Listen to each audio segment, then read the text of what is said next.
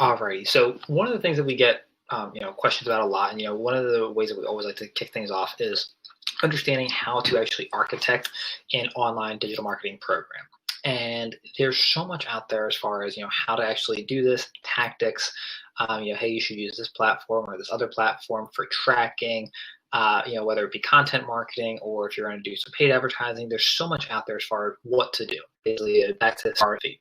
And this philosophy, I'm sure you guys will hear a lot more about this coming up, just in the fact of it makes sense. And, I'm sure we'll do, some more trainings as far as, how you can actually apply this to your business specifically. But there's really three main steps.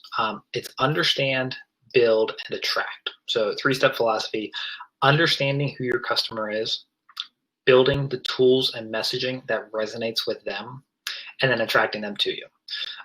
Understanding we can focus in on any of these points and pull in probably 5 to 10 different platforms that you can actually utilize to enhance what you might be doing already. However, the goal isn't to actually just throw all these different platforms there just to load up your plate with everything you have to do.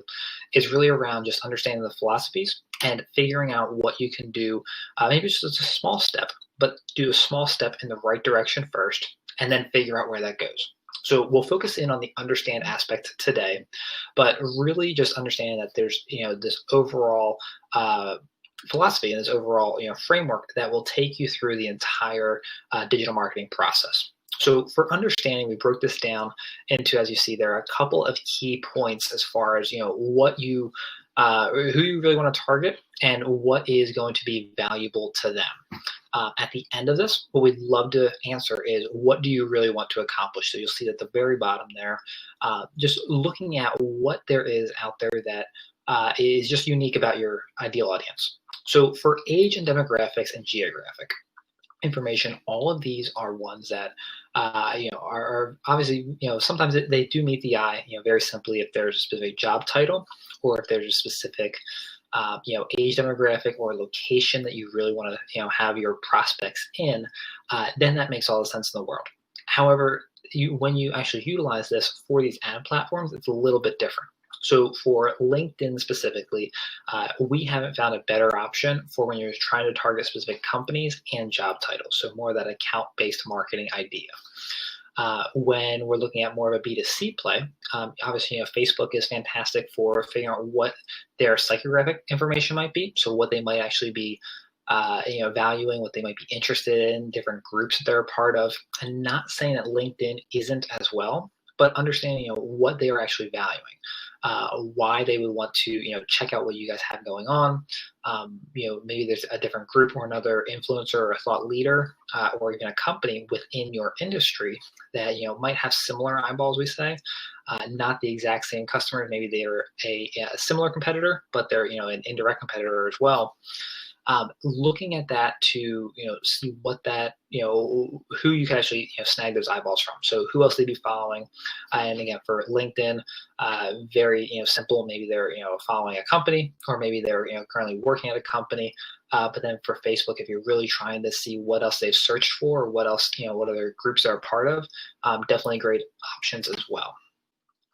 When we look at what they value, and this is more for the messaging, so understanding what is going to move the needle with them. Typically, yes, we use that phrase a lot for figuring out these programs as far as what we want to end up doing when it comes to online marketing. But what's going to move the needle for them, and what not just speaking in their own terms, which we use for search, but what do they actually value? So for speaking in their own terms, typically when we go through this exercise, there's so many aspects as far as what we think, and when I say we, what we as marketers or what we as business owners think is going to be relevant for our customer. There's so many things as far as what we think is going to be of interest, and how they're going to be searching. However, typically that's not actually the case. What they value, and then of course where that leads into where they are searching, can be completely different than what would initially meet the eye. One of the greatest examples we use for this is around PPE currently. So for when one of the clients that we're working with is around selling bulk PPE, and that's personal protective equipment. However, we figured that a lot of those clients would, or a lot of those prospects would all be searching, around bulk this or wholesale that. And what we're finding is that it's really not as much that, as far as all they're really concerned about, what they're really valuing is what's in stock in the US currently.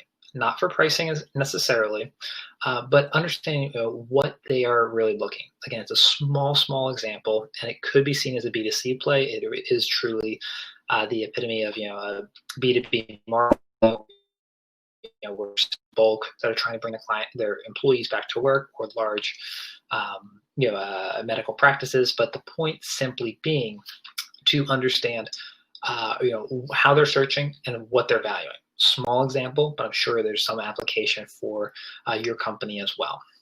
Current hot button issues, I'm sure you guys have all already seen that as far as what can work, what might be timely. Obviously, right now with PPE as the example, it's very timely with the coronavirus.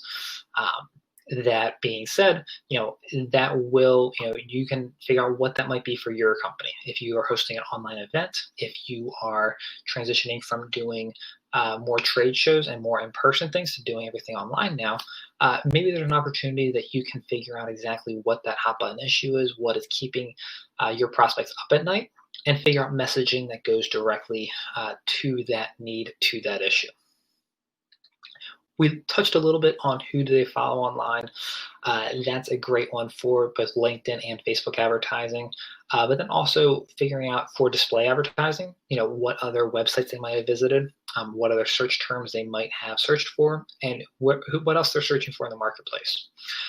All of these can be to develop those ideal, basically that ideal avatar, that ideal audience online, who you want to have your advertisements show up to, how they're going to show up, and then also figuring out what that user flow looks like, for where they're at online. So the most relevant platforms, if we're doing, targeted placements through Google, for example. So if we're going to utilize Google display ads for targeted placements, chances are, if they're searching for information, that might be, maybe it's a medical device company, and they are searching on medical device related news articles, or if they're reading the New York Times, anything along those lines, or maybe there's a specific app that does allow advertisements that they're going to be checking on an ongoing basis. A calendar app is a very simple, a simple entry-level one. It's probably not the most targeted and niche that we would love if we're doing targeted placements, but you get the point. The idea being, where are they going for information? If there's a specific website, or maybe specific types of YouTube videos or a YouTube channel, understanding what that is, understanding where they're going, what they're frequenting, why they're frequenting it, and then figuring out that messaging, which is of course going to be touching on the build phase, then figuring out that messaging and those advertisements to actually be facilitated there.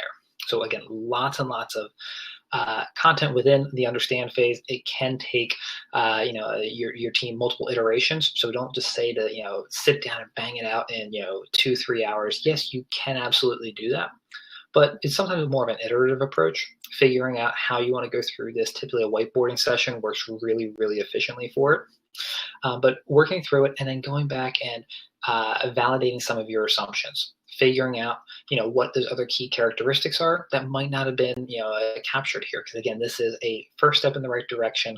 There's lots of opportunities to expand this into other avenues, other aspects as far as what you might be looking to target. Maybe you have a very unique play or a very unique sale or service or product. Figuring out what that is to be able to apply that best to your actual ideal clientele. And maybe there's an aspect of something like constraints that they have to work within. So understanding what some of those legal constraints might be.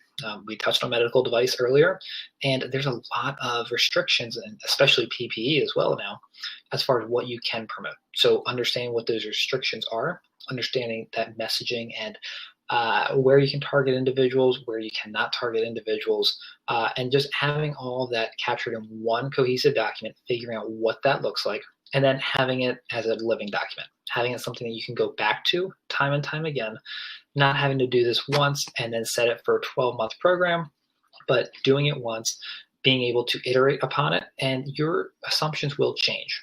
The things that you prove out once you first launch a campaign will change that. And as you continue to refine that campaign, it will change. And that's completely okay. embrace that aspect. But this is just an overall framework of understanding who your customer is, building the messaging that specifically resonates with them, and then attracting them to you. Always using that data, using data-driven decisions to inform this entire plan moving forward. So hopefully that gives you a little bit more of a concrete idea as far as how to actually begin architecting the online marketing plan, not just figuring out, hey, here's a tactic, here's something that we want to do, here's something our competitors are doing, here's something that we've seen other people do. For example, retargeting with Amazon. It's not just a tactic, it's an overall philosophy, an overall framework that can help inform all your tactics moving forward.